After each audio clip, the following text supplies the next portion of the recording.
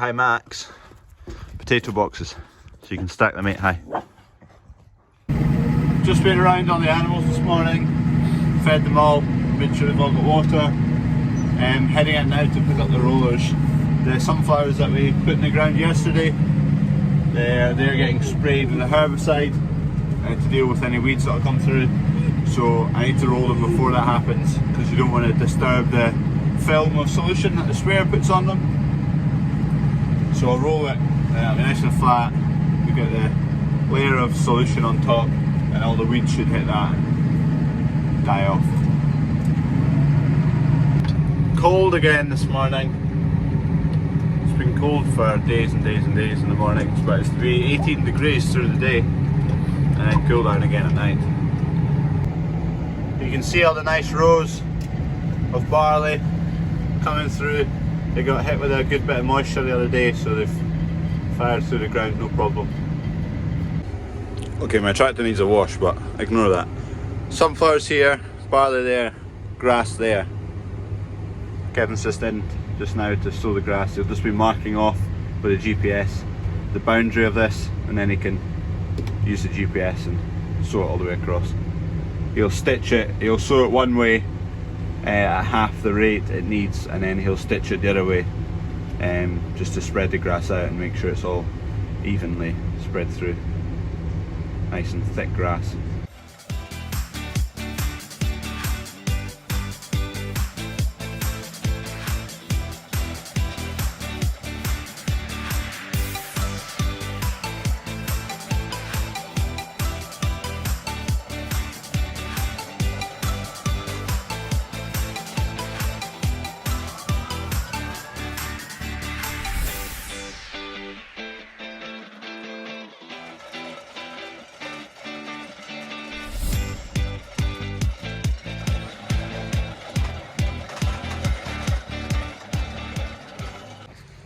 This is the sunflower ground on the right.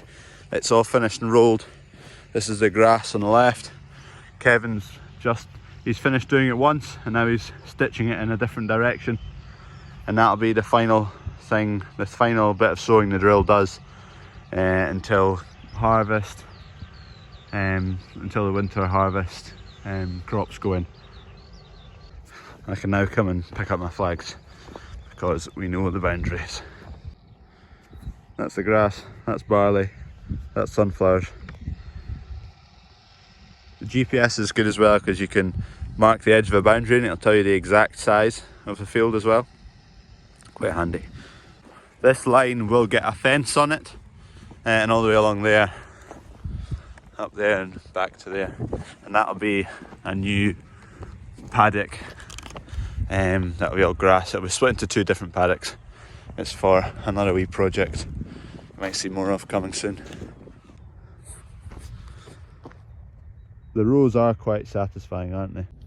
This is the grass seed. It's absolutely tiny, but that should be a nice big grassy field soon. Picked up my flags, heading back into the yard now. Still one more pass to do on that sowing, and then I'll roll it. And then that'll be the rollers finished with and the drill finished with. It's peace time in the yard now. Dog's going wild.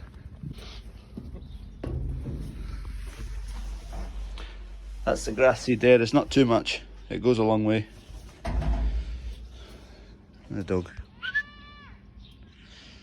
There's just a small bit of seed left in the hopper, so we're just going to finish it off. It's been sown twice in 2 different directions to make sure it's an even spread, so the grass fills out all the gaps, and there's a wee bit left, so we'll just stitch it in, get rid of it all.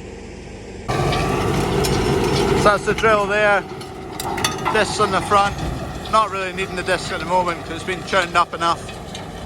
So the hopper there holds the seed, falls down, and then it's a pneumatic system which is air, so it blows the seeds up into some cylinders here and one on the other side, and there's pipes that run off the cylinders, and the pipes then run down into the coulter bar, and then the seeds are slotted into the ground.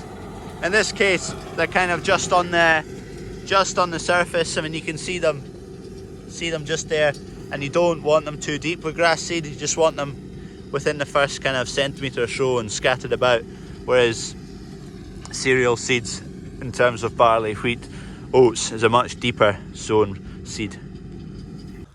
Just walked back from the field where we're drilling that grass seed. Just gonna go and quickly roll that. It'll only take 20 minutes to roll. Just 1 hectare, 1.5 football pitches. Just made a rookie mistake, left my tractor in the sun, and now my Kit Kat is mush. The potato guys have obviously brought their seed in today, so I imagine they'll be in soon to start sowing. Just along the road at another farm, and I've come to pick up some bruised barley for the cattle at home. The cattle at home are just out of food, so I need to get them in today. Just in a field of oilseed rape now. It's really starting to come on now. See the height of that? There you go. Some of it's probably at least 1 metre tall. Starting to flower as well. So those yellow flowers, there's still quite a few to open up in the rest of the field as well, until it's a big sea of yellow. It'll just be a few days until it's completely yellow.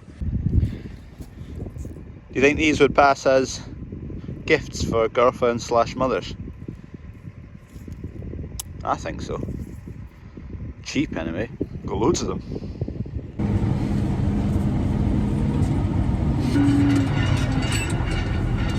That'll do.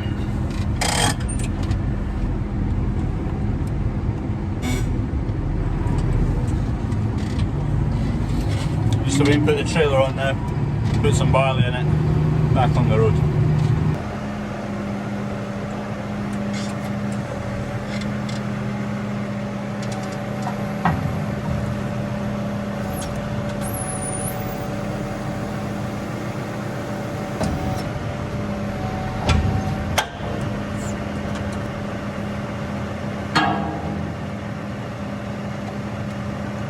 Lights.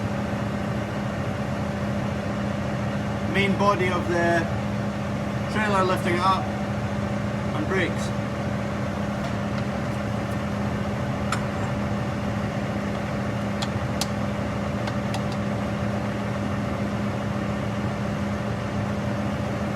Good to go.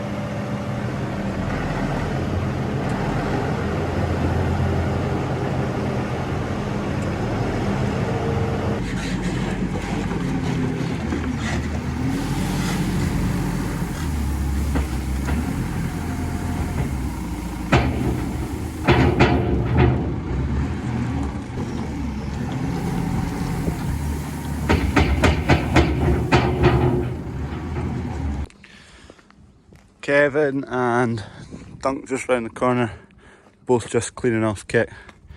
Drilling's all finished. I've got a wee bit of feeding in here, I'm just going to dump in the shed.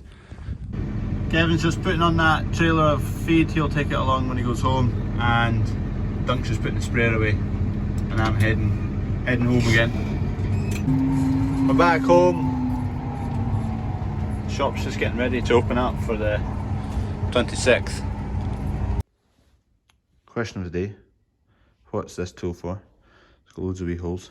It opens up like a set of pliers, but they're not pliers.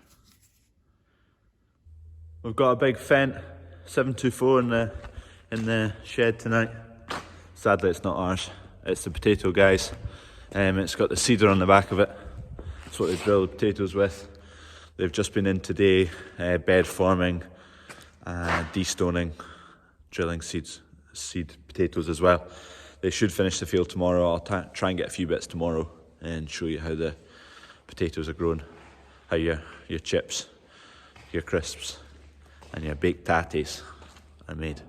I don't think I've got a standing chance in getting the old man to buy a Fendt.